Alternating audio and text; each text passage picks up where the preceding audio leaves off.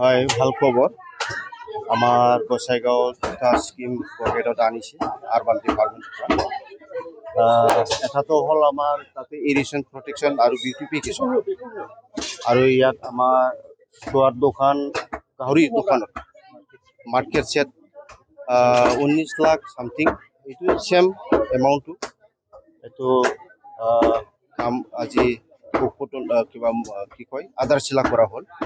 ভাল খবৰ, কাৰণ 5 বছৰ ইউ পি পি চৰকাৰৰ কোনো কাম হোৱা নাই ইয়াত।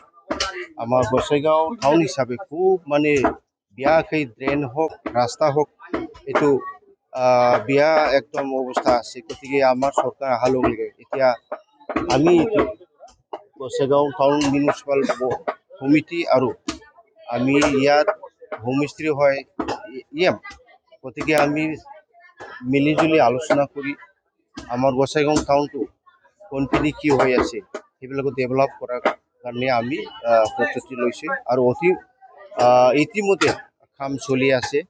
আৰু আমাৰ বাজেট জুলাই 27-28 হ'ব। এই বাজেটৰ পিছত ছেপ্টেম্বৰৰ ভিতৰত আমাৰ গোসাইগাঁও টাউনত বহুত আৰু কাম হ'ব।